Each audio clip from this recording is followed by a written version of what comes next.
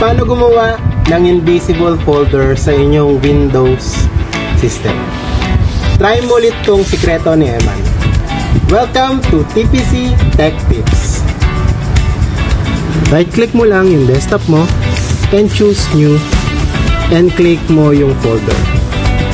Pag lumabas na yung bagong folder na ginawa mo, right click mo yung name and choose insert Unicode control character.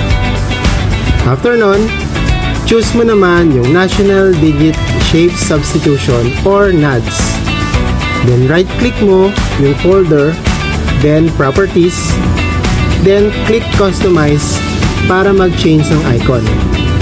And hanapin mo yung invisible icon, then right click, apply, and OK. And you're done.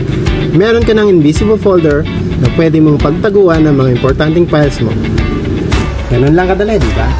So, follow us for more PC tips and PC life. See you on our next PC tip.